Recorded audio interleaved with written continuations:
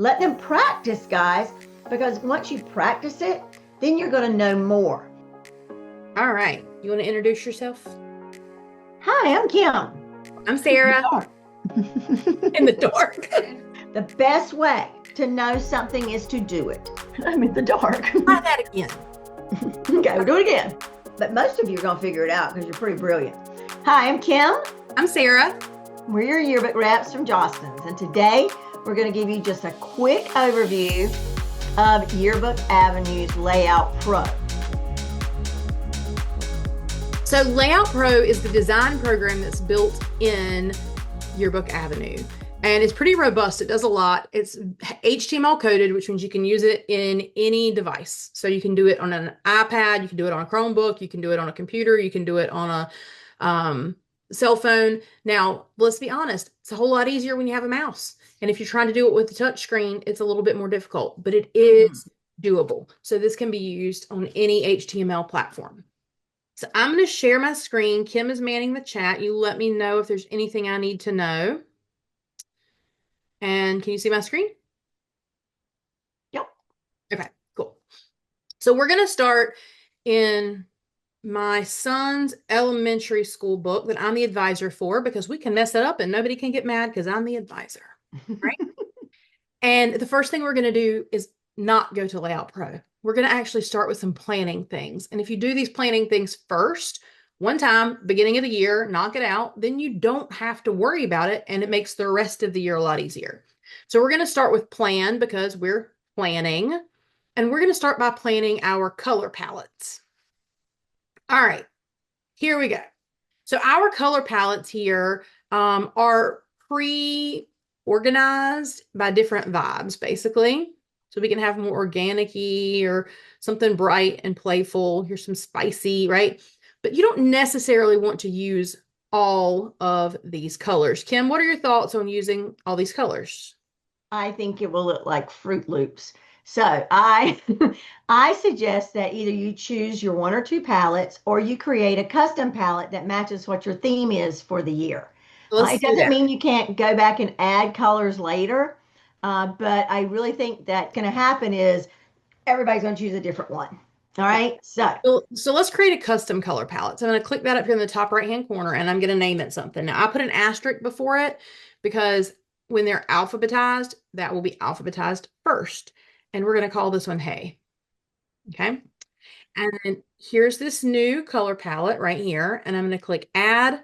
And I can add any color I want. Now, I want a really good red. And this one on my computer screen looks great. What do you think, Kim?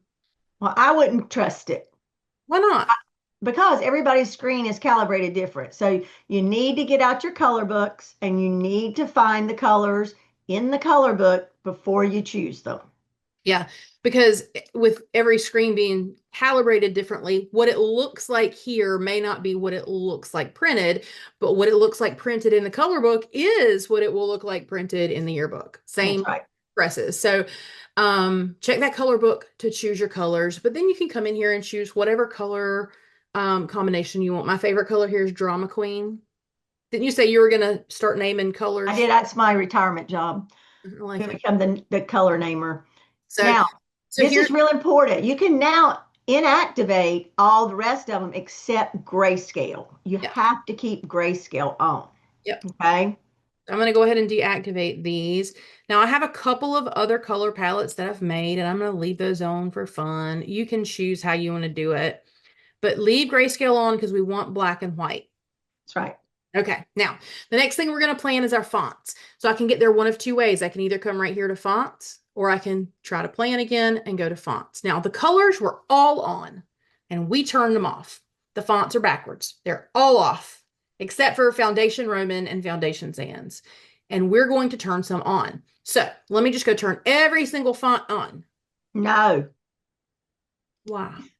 that's a terrible idea. Then your book's going to look like a ransom note. So we don't want that. So you need to take out that font book and you need to pick specific fonts for different things like captions, copy, headlines, taglines, subheads. It doesn't mean you can't pick other fonts later, but you need to narrow it down so it's thematic, so it matches your theme. Right. So if you see as you scroll through here, there's 100 different fonts. I don't even know how many there are, but you can sort by type if you're looking for something specific. So like, let's Mhm. say I really want a script for my senior photos, then I can come through here and look for one that I like. And if I find one I like, then I can flip it on. So All you let's do is hit inactive and it becomes active. And don't get freaked out, it just goes to the top. So let's say I'm going to turn this one on. So I'm going to hit active and it comes right up here. Skippity script is now active in my book. Okay. So we have turned colors off that we wanted off. We have turned fonts on that we wanted on. How many fonts would you suggest they have? 5 or 6. Okay. All right. And I love a font family. So here I have Urbano turned on. I count that as one font, but it's really Urbano, Urbano Black, Urbano Bold Condensed, blah, blah, blah. There's more, right? All right. I The love those because you can use the same font in the book. I do a whole book every year at Duke University with one font that's a open type font like this. Yep. And it looks great. All right, so the next thing we're going to plan is our styles. So we've done colors, we've done fonts, now we're going to do styles. Now, again, you can go to plan, styles, or you can select it from right up here. Okay. Now, our styles are going to coincide with our fonts. So these are going to be the different styles of fonts that you might use in your book. You're not tied to these 100%, but it just gives you a good starting point. So that's going to be your headlines, your subheadlines, your captions, your copy, whatever. You can call them anything you want to. All right. So I'm going to come in here to my tagline and I'm going to edit it. And I'm going to change that font to Urbano Black. And I'm going to make it an 18. Save that. And then I'm going to go to body copy and I'm going to make that Urbano size 10. And I'm going to go to my subheadline and I don't want to call it subheadline. I want to call it senior portrait name font. Doesn't matter what you call it. And I'm going to choose Skippity script. All right. So I have set up all of my styles. And you can add any style you want. That's right. You can add an extra style here if you want to. Mm-hmm. Okay. All right. I think we're ready to go into Layout Pro now. We've planned our colors and our fonts and our styles. So to go into our actual Layout Pro, we're going to create something now. We're not just planning, we're making something. So we're going to create and we're going to go to Layout Pro. All right. Look at this beautiful page I made. God, Sarah, you need to get rid of that one. This is my favorite time to make the ugliest pages. Do you know why? Because the rest of the year, I'm not making ugly pages. The rest No, of the year, and this year we're going to tell the kids, see, guys, this is what an ugly page looks like. we're going to practice with an ugly page. Now, do I love pink and orange? Absolutely. Do I love dogs? Absolutely. Do I want this in my yearbook? Not even a little bit. So we're going to just, we're going to do a little practicing right now and get the ugly out. And then we're going to do something pretty when we do our actual book. Okay. So there's two things that are important to know when it comes to designing in Layout Pro. And that is if you want to add something new, you're going to go to the left. And if you want to edit something that's already been added, you're going to go up. So if you can remember that, you're good to go. Right. So let's start with some basics of the page. I'm going to clear this beautiful thing off and we're going to start with some basics. And let's talk about when I come in and I start with a blank page, it's not really blank. What's on it? The grid lines. The grid lines. Now, do those print? And the margins. Do they print? Well, the grid lines don't print. So please, you don't have to put a white background on the page. It's already white. And if they get on your nerves, down here in the bottom right-hand corner, there's this little oval pill looking thing. The bottom button has a grid and you can toggle that grid on and off. So if you don't like it, you can take it away. Now, the beauty of this is it helps you line things up, but it is not necessary if it bothers you. You can turn it off. All right. This blue line, what did you call it earlier? Blurple? Yeah, it's your internal margin. I call it kind of a blurple color because sometimes it looks purple, sometimes it looks blue, but that's an internal margin. And that's where you should try and keep 99% of your text inside that blue margin. If you read a novel, you'll notice the text stops at the same spot on every page. This is telling you where the spot is so that from page to page to page, there's consistency. Now, what about this orangish red line out here? What is that? That's called a cut line. And that means that is where we hope most times that the large, gigantic guillotine in the plant that comes down and cuts tens of thousands of pages at one time trims your page exactly there. However, this is very important, and I tell people all the time, anything that butts up against this has the danger of being cut off because the plant, when that machine comes down, just like the old-timey paper cutters in the teacher's workroom, I used to love to go use the paper. Everything shifts always at the end of Everything the second. shifts. So you have to be careful because I always tell people this is kind of no man's land. So keep things at least a pica or two away, at least halfway. Don't go past halfway Yeah, I with agree. your text or anything that you don't want to be cut. Right now, what about down the middle right here? That's our gutter. So there's a pica on one side and a pica on the other. And that's where you can't put text in the gutter. Okay. That's crazy. And you also want to make sure if you're putting a picture across the gutter that it's cropped appropriately because that is not going to show. What's in that gutter is going to be hidden in the book. So it is okay to put something across the gutter, but you need to choose wisely. Like, let's not put the principal's nose right in the middle of the gutter, okay? Right. Maybe just the background of a photo looks great over there. Yeah, I had a group photo the other day and it had a perfect area that was down the middle. And so I was able to put it there and just make sure that it was down the middle and there was nobody in it. This is kind of where you're going to start.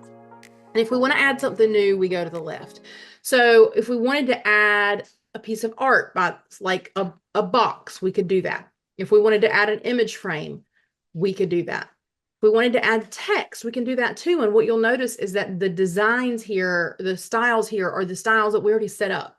So we said this is what we wanted our headlines to look like, and this is what we wanted our senior portrait name font to look like, right? Here's our tagline. We've already set those up. It doesn't mean you can't change it. If you want to change something, instead of going to the left, what do you do? Go up. Yep. So for fonts, we're going to really quickly run through what you can do with fonts.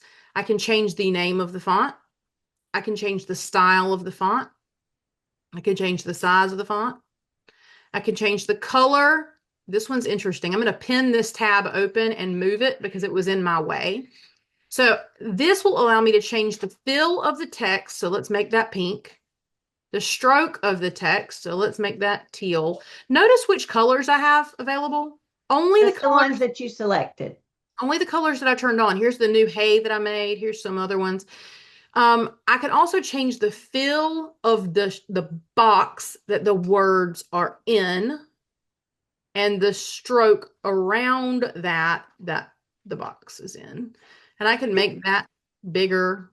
I mean, tacky it up while you're playing, right? Because we can't do this in the real book. Right. And then this is real important because a lot of times students, you guys will be doing this and you'll think you've changed the headline color, but you really just added color to the box. Yeah. So you just go back and then take it out.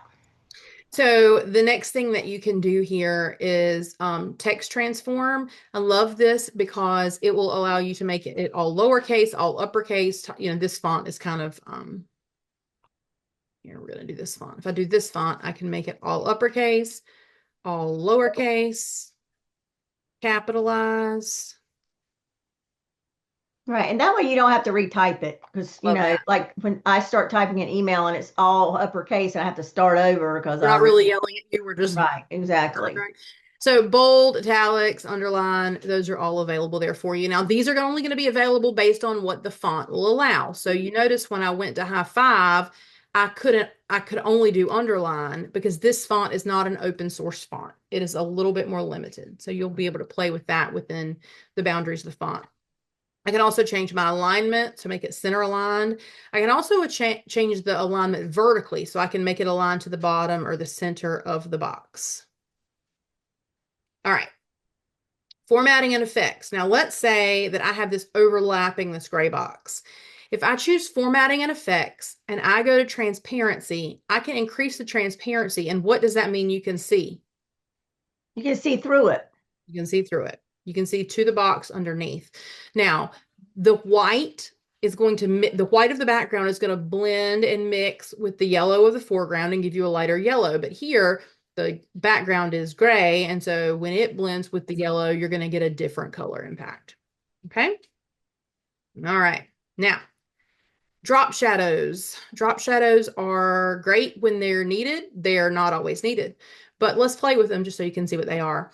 But I will say, just because you can doesn't mean you should. So learn what tools are there, but you don't have to use them all. All right. All right, so drop shadows are going to give you light coming from one direction and casting a shadow in two. So two sides of the element that you selected are going to have a drop shadow. So you can see that nice drop shadow here. Now I can tacky that up if I want to. I can change the degree. I can change the distance. I can do all kinds of things to it. And maybe even make it a different color if I want to just really tacky it up. Let's see. Let's make it orange. Okay. What do you think? Now, if I want it to have, so this glow is on two sides, right? That's a drop shadow. Drop shadow on two sides. So a glow is going to make it on four sides. So I can do the same thing here, but do it on four sides. And you'll notice it's a lot more delicate. It's not quite as harsh as the other, but it is there. And we'll talk in a little bit about a good time to use that, which is not all the time. All right. And we're going to get back to text wrapping in just a minute. Questions about that before we move on to this little box right here? Nope. Everybody's okay. All right. So this is a box. We can change the shape of it by clicking and dragging. We can change the arrangement by clicking this little arrangement button, and I can bring it to the front, or I can send it to the back, or I can do something in between. If you want to micromanage it, there is a button over here that says layer, and you can actually see exactly what order things are in. I don't really need that very much, but it's there if you want it. So I'm going to click this, and my contextual toolbar, which is the toolbar at the top where I make changes, is going to change based on the context of what I've clicked.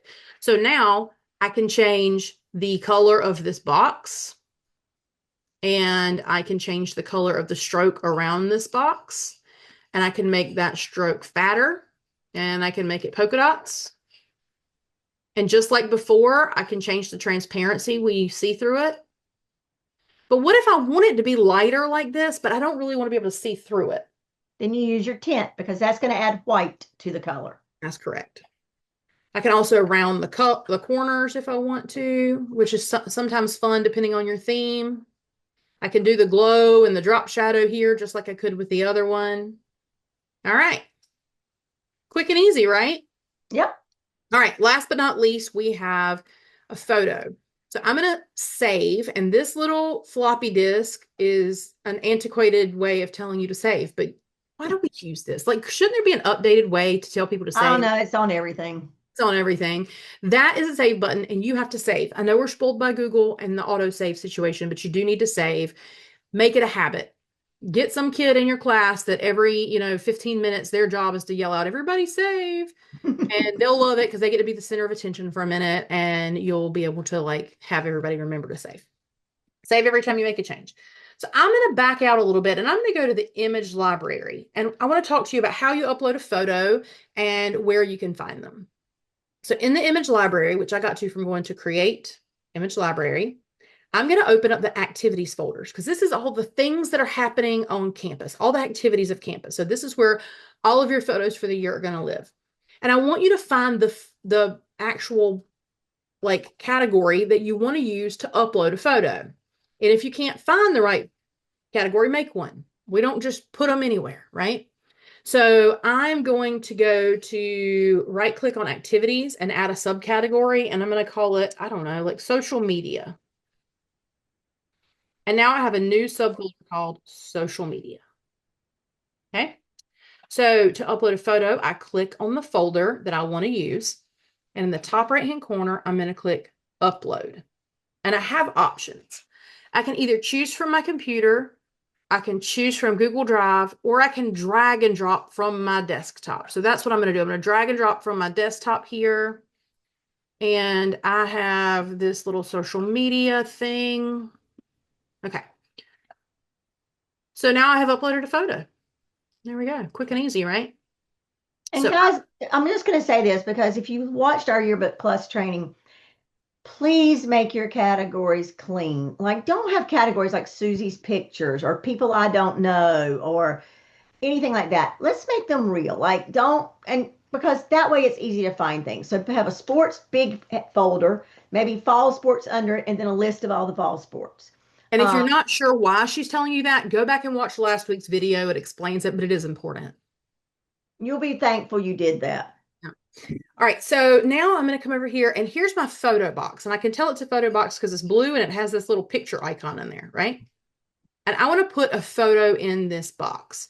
So I'm going to go to images because I'm adding something new. I'm going to the left. And I'm going to go to this drop down here and I'm going to look for my, okay, I just uploaded it to social media.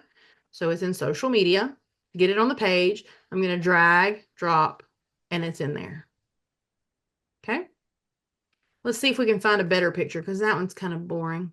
Pet. Yes, I love a pet. All right, now we have a dog. I'm happier with the dog. Okay. If that box turns red, Sarah, what does that mean? That means like, for example, let me put in, I'm going to take this out. I'm going to put in a new image frame and I'm going to make that image frame really big. Okay. And I'm going to try to put this dog and it turned reddish purpley color. Well, green means go. Red means stop. It's not going to let you put it in there. And I'm going to get this asked about 15 times this year is why don't my photos fit? Well, that means the resolution is too small and the program keeps you from putting in those photos so that they don't print poorly. Yep. All right. The other thing is whenever you go to drag a photo in, there's a couple of ways you can put the photo in. So you can do it in an image box, which is what we typically recommend. And so you're going to drag and drop it, and it's going to maintain the aspect ratio of the box. You can also just drag and drop the photo directly on the page, and that will maintain the aspect ratio of the photo as it was taken. We don't recommend doing this usually because we want to maintain the design that you've made on your page. There are exceptions, sometimes for ads, sometimes for like spreads on artwork, and you have a photograph of the artwork and you want to maintain that aspect ratio, but usually we want you to use a box. So what happens if I put this in here, I'm going to double click and I can move it around, but I can never, there's not more photo or more box for the photo. So since I can't crop it, what's my other option, Kim? Well, you're going to have to take it out of that box and put it in a new one. And what is the easiest way to do that? Well, I prefer to hold my control key down or your command key on a Mac, and then it will highlight on the page everything where I can put it. So I held down my ratio. Yep. Correct, but I can still down my control command key. I'm holding that down and it's going to light up green everywhere it can go. So which one of these do you think is going to best fit this photo? The top right. There we go. Okay. Now that we've got the basics, do you think we can really quickly design a template? I think we can. All right. So I'm going to save my project here. And I'm going to tell you that in reality, when you look at this, I already had my book designed, but I wasn't really scared to take and delete it and try again because advisors have access to history and we can go back and we can look at everything that's been done all the time. And so every time we hit save, so I can come back in here and I can pull back on the template that I had originally saved so I didn't lose any of my work that I had kind of done beforehand. Okay, so don't let that scare you.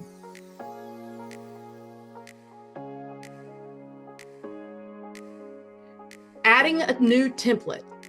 Starting from scratch is overwhelming, and unless you really, really know what you're doing, it usually turns out looking like a hot mess. So I like to start the easy way. So come over here to designs, and we're going to look for a design. And I'm going to click this little drop down arrow, and I'm going to scroll to themes. And I'm going to look through these themes. And what you're going to see is that if you look in the themes, there's a title page, opening, divider, student life, etc., that all kind of match. So like here's a title page that I can drag and drop on the page that's already designed. And the title page is page 1. Yes. And I can come over here and I can do this one as an opening and closing, and it matches the title page. Right. So there's a bunch of new ones. Now, that doesn't mean your theme is called circle on your book. That just means that these designs are called circle. Because we had to name them something so you could recognize them. But you don't have to use them exactly like this. You can make some changes. Like, for example, let's say I like this, but God, I hate these colors. So let's fix that. These aren't my colors. So I'm going to go to Edit, Select, Color. And this is going to give me a little pop-up. And I'm going to be able to tell it to give me all, These are the current colors up here on the top of this light SF Bay. And I want it to be pink. And now it's pink. Change 12 items. Now I chose this dark pink and it's light pink. So what do you think they may have done to this to create that? That was a tint. That was a tint. It was actually a transparency, but it Was a probably transfer. It could have been either one. There's no background should have behind been it. a tint probably, but it's transparency. Okay, so that is RA Lagoon. We're going to change those to Nectarine, and they're changed. Now I can also go in and do this manually. So like I could click these and say, I want to change these things to be hot pink and I don't want any transparency. And that's fine. You can do it that way. But I like doing it all at once because it's easier. Right? Yeah. And then this is the kind of thing that you want to do first, guys. Like you're going to want to pick your templates, have like maybe 2 sports, maybe 3 or 4 student life, have maybe a couple of like a divider idea. And then once you get them the way you want them, you're going to save them as templates without any content on them. You're going to have fake copy. Like I might decide I hate this and I'm just going to delete it. Right.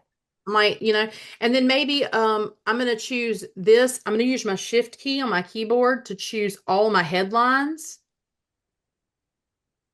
And then I'm going to come right here to style. I'm going to change them to my headline style.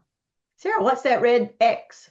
That red X means you have too much text for the space you've given it.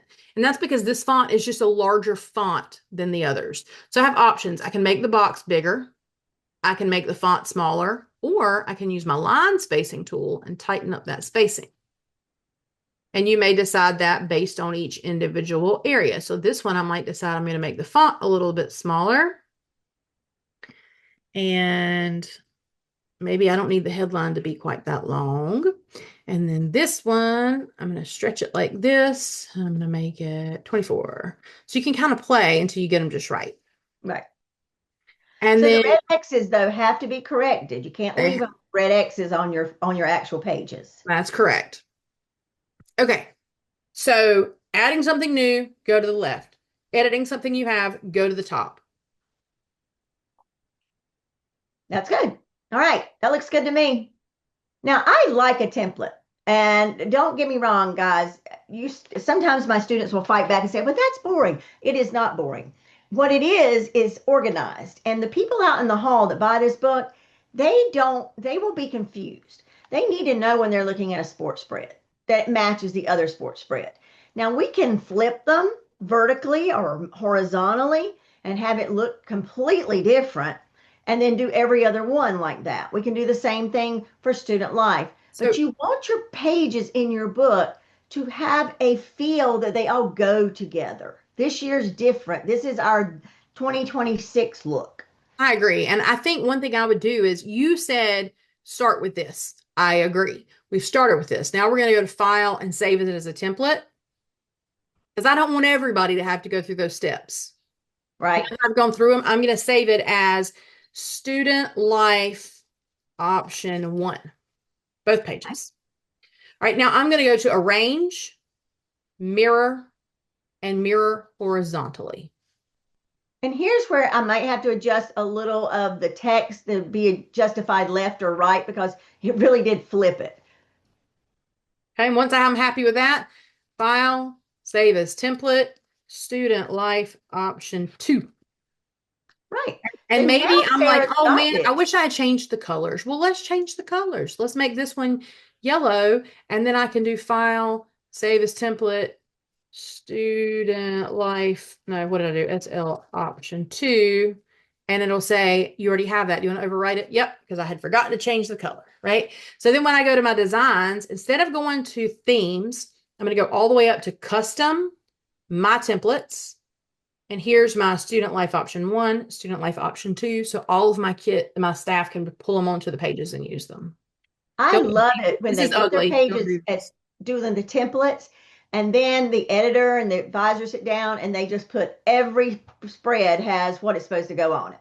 Because the one thing you'll find is that when I get an empty page, it's hard for me to start. But if I get assigned a page and I see that I need 6, 7, 8, 9, 10, 11, 12, about 15 pictures, and I know how many are vertical and I know how many are horizontal, then I can plan my coverage as a student that's going out and planning this page. I'm not stressed out about what's going to go on it. And that will cause students to work quicker, and you guys will be more confident. And then as you grow your design skills, you can actually, do more design. Right? I think that brings us to next week. So this week we're just learning to use the program. Next week we're going to learn the proper way to design a yearbook spread so that it looks great. Right. All right. Well, if not before, one last thing. Show them the digital classroom. Oh, yeah. All right. So we can't be there all the time. And yearbook has to be a self-taught class a lot of time, meaning that your advisor might be new and be like, whoa, I don't know how to do that. Or they might just be the one who say, hey, you need to learn how to do it on your own because this is what life is about. So in the digital classroom, and every student has access to the digital classroom, I'm going to go to video tutorials. And I'm going to go Layout Pro. That's what all of you use, Layout Pro. And then here, I'm going to pick like maybe text. And I'm going to ask it how to fix the red X. And when I do that, it's going to have a video that I can watch. Like 50 seconds. It's short. Very short video. And it's going to have also some written instructions. There's no reason to have to ask how to do this. You just go and look for it. You can search. But I think the videos themselves are very organized. They're very easy to figure out. And you guys can easily see the things that you need to do. Mm-hmm. But go ahead and let your students start practicing. All you guys out there on staff, every student needs a separate login. Don't give anybody the same login. And assign them a double page spread because you can't be working on the same page or spread. You've got to be working on separate ones. This is not Google where it's got that auto save. All right. What are you doing? The light is just like really bright in here right now. It's like Sarah's distracted, I swear. All right. We'll see you next week. Bye. Jasper has reported to work. Oh, Jasper. That's what he was doing. He was scratching on the door. Let me introduce everybody. This is Jasper. He is our NC Yearbooks mascot. Mm-hmm. He likes yearbook. But am I sharing my screen? No, you're not. I don't even know what happened. Something weird happened. Okay.